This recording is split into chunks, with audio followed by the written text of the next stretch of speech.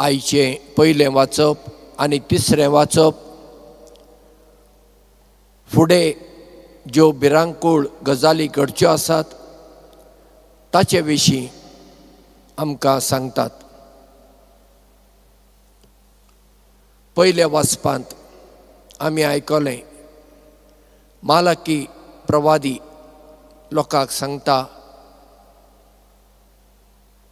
एक दीस येतलो तो भिरांकूळ दीस कोणें वायट केलां तांची झडटी जावन तांकां ख्यास्त पडटली पूण जीं नितिवंत जिवीत जियेल्यांत देवाची खरी भक्ती केल्या तांचेर सुर्या परी देवाचो उजवाड फांगतलो। तिसऱ्या वाचपांत जेजू कांय गजाली सांगता। पयले सुवातेर जें कितें ताणें भाकीत केलें तें जेरुजलेमा विशीं। जेरुजलेमाचें मंदीर इस्रायल परजेन बाबिलोन शारांत थावन येतोच परत्यान बांदलेलें। पयलें मंदीर सालोमोन राजान बांदलेलें, ताचो नाश जालो, मागीर परत्यान परजेन तें बांदलें।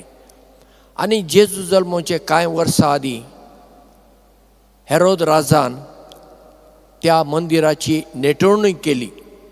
बरे बरे मार्बल फातर हाडून ताणें तें मंदीर सजयलें, नेटयलें आनी तें पळोवंक एकदम सोबीत दिसतालें। देखून जेजूचे शीस त्या मंदिराची तोखणाय करतात, कितलें सोबीत, कितलें बरें अशें। आनी जेजू म्हणटा एक दीस येतलो हें मोडून उडयतले।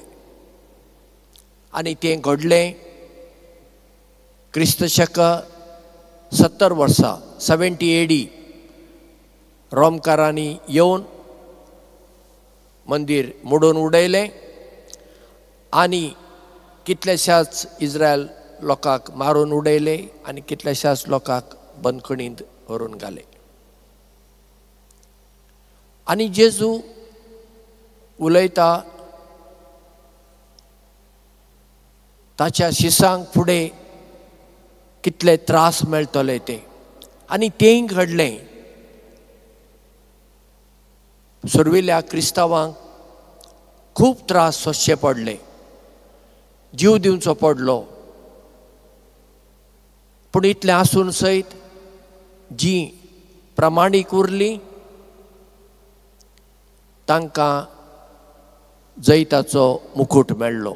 खूब जाणांक मार्तीरपण फावो जालें, पूण जेजू म्हणटा दुबाळो येतना भिवू नाकात, तुमचींच घरचीं मनशां तुमकां धरून दितलीं, तुमकां निती सभेंत उबी करतलीं, तेन्ना कितें उलोवचें तें चिंतूं नाकात, हांव तुमकां एक जीब दितलों आनी तुमच्या दुस्मानांक तुमी हारायतलीं। आतां हें सगळें केन्ना घडतलें काय कोणाकूच खबर ना, कित्याक जेजू मागीर फुडें आपल्या दुसऱ्या येण्या विशीं उलयता। तो दीस केन्ना काय आमकां मातेवाच्या शुभ वर्तमानांत अवेस्वर 20:4 वळ 30:6 हातूंत जेजू म्हणटा देवदूतांक आनी मनशाच्या पुताक म्हणजे आपणाक कोणाकूच खबर ना, फकत देवा बापाक तो दीस खबर आसा। म्हणजे हें जें कितें आतां आमी पळयता संवसारांत हें देवान रचलेलें, एक दीस ताका जाय तेन्ना तो तें सगळें आपणाशी पाटींग घेतलो, म्हणजे ह्या सगळ्याचो नाश जातलो। आनी हें आतां आमकां विज्ञान सुद्दां हें सांगता, दर दिसा सुर्याची ताकद इली इली इली इली उणें जायत आयला आनी एक दीस सुर्या ना जाल्यार ह्या भुंयचेर आमी खंय वाचतले, कित्याक सुर्याचो उजवाड नासतना दीस काडूंक जायना। पूण आतां आमी कितें करुया, रडत बसुया ना ते आमकां दुसऱ्या वाचपान सांब पावलो सांगता तेसोलोनिकारांक, कित्याक ताणें आयकलें कांय तेसोलोनिकार आतां म्हणटात हा जेजू आतां येतलो न्ही, कित्याक बेश्टे आतां आमी वावर करुया, सुशेगाद बसुया, खावया जेवया पिवया मजा करुया. तो तांकां म्हणटा कोण तुमच्या मदें काम करिना ताणें जेवंक फावो ना. म्हणून तो म्हणटा जेजूच्या नांवान हांव हुकूम घालतां आनी तांचे लागीं परतता, तांणी वेळ पाड करूं नये, तांणी आपलो वावर करूंक जाय. ही सगळीं वाचपां आमच्या जिविताक आमी लागू करुया.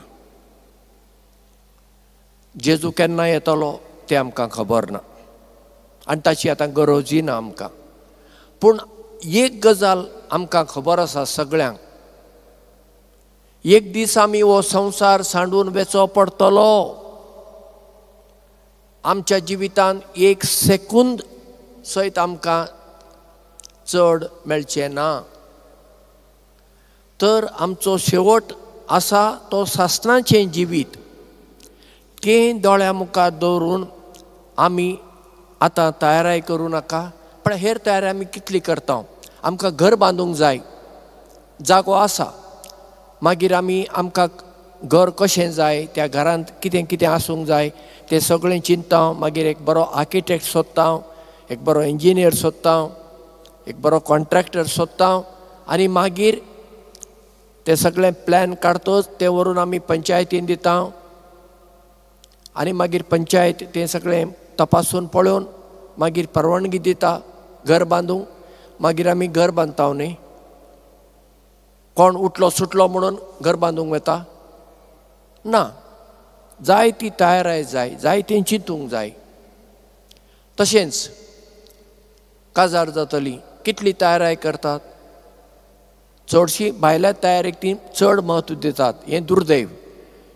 हॉल खंय बूक करुया, बँड खंयचे हाडुया, क्वायर खंयचो हाडुया, मागीर जेवण कसलें, असल्या भायल्या गजालींचेर कितेंय जावं पूण तयाराय जाय न्हय. उठलो सुटलो फाल्यां काजार जावंक जाता, चिठी वाचूंक जाय, दोतोनीक वचूंक जाय, हें सगळें आसा न्ही. म्हणजे खंयच्याय कामाक जाल्यार तयारी गरज आसा. तर आमच्या मरणाची आमी तयारी करूं नाका. आतां मरणाची तयारी म्हणजे कितें करूंक जाय? रडत बसुया? न्हय बाबा, म्हजें जिवीत हांवें देवाक मानवता तशें जियोंक जाय. म्हणजे देवाचे उपदेश हांवें पाळूंक जाय. जेजूची शिकवण हांवें म्हज्या जिवितांतल्यान जियोंक जाय आनी दुसऱ्यांक दिवंक जाय. कित्याक हांव मरतच म्हजी जडती तेन्नाच एक जातली, ती खासगी जडती, आनी ताचेर आदारून इनाम वा ख्यास्त हांवूच म्हजेर ओडून घेतां. ते देव ख्यास्त लायता न्हय. देवाक कोणाकूच ख्यास्त लावंक नाका. देवाक सगळीं आपणाशी परत आयलेलीं जाय. पूण आमकांच नाका जाल्यार देव कितें करतलो? तो सोडता. हांवें तुका मेकळीक दिल्ली, उजवाडांत वचूंक वा काळखांत वचूंक, सता कडेन वचूंक वा फटिंगपणा कडेन वचूंक, बरे वाटेन वचूंक वा वांकडे वाटेन वचूंक, हांवें तुका मेकळीक दिल्ली न्हय. तुवें जर वांकडी वाट विंचून काडला बरें, तुजी खुशी म्हणटलो न्ही देव. देव कितें आडायतलो? ना, देव आडायना. कित्याक एक आमी उगडास दवरूंक जाय.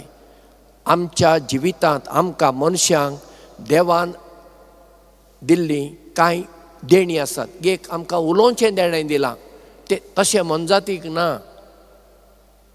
भोव थोड्या आवाजान ती कितें तांचे मदें उलयतात, पूण जशें आमी उलयता तशें मनजातीक उलोवंक जायना. आमकां विंचून काडचें देणें दिलां देवान, हें वा तें. मनजाती कडेन तशें ना. मनजात देवान तिचे थंय घाल्ले एका जिविताच्या चाली प्रमाणे मनजात जियेता. कावळो पळया, कितलेशा वर्सां पासून तसोच गोंठेर बांदता. तो काय बदलता? ना, तो बदलिना. तो तसोच करीत आसा. कीर आपणाच्या पद्दतीन घोंटेर बांदतात. तशेंच कितलेशा वर्सां पासून घोंटेरान व्हडलो कांय बदल जाल्लो ना. कित्याक ते देवान तांकां कितें निर्मिलां ताचे प्रकार तीं जियेतात. पूण आमकां मनशांक मेकळीक आसा. म्हणटच आयचीं वाचपां आमकां जागयतात. तुवें बरें जिवीत जियोंक जाय, कित्याक तुजो शेवट तो. तूं हांगा रावंक येवंक ना. हें जर आमी समजून घेतलें, मागीर ह्या संवसारांत आमी कितल्या मोगान शांतीन एकवटान जियोंक जाता न्ही. कित्याक आमचे मदें झगडीं, आमच्या फामिलींत भाटां खातीर झगडीं, बापायच्या पयशां खातीर झगडीं. कित्याक आमी आमचो शेवट विसरल्या. येताना आमी कितें हाडूंक ना, वेताना आमी हातलें कांयच व्हरचें ना. हें जर आमच्या मतींत आसा, मागीर बऱ्या भशेन आमी एकवटान मोगान जियोंक जाता. म्हणटच आयच्या मिसा वेळार आमी ही कृपा मागुया. आमचो शेवट दोळ्या मुखार दवरून आमचें जिवीत देवाक मानवता तसलें जावंक देव आमकां कृपा आनी बळ दिवं.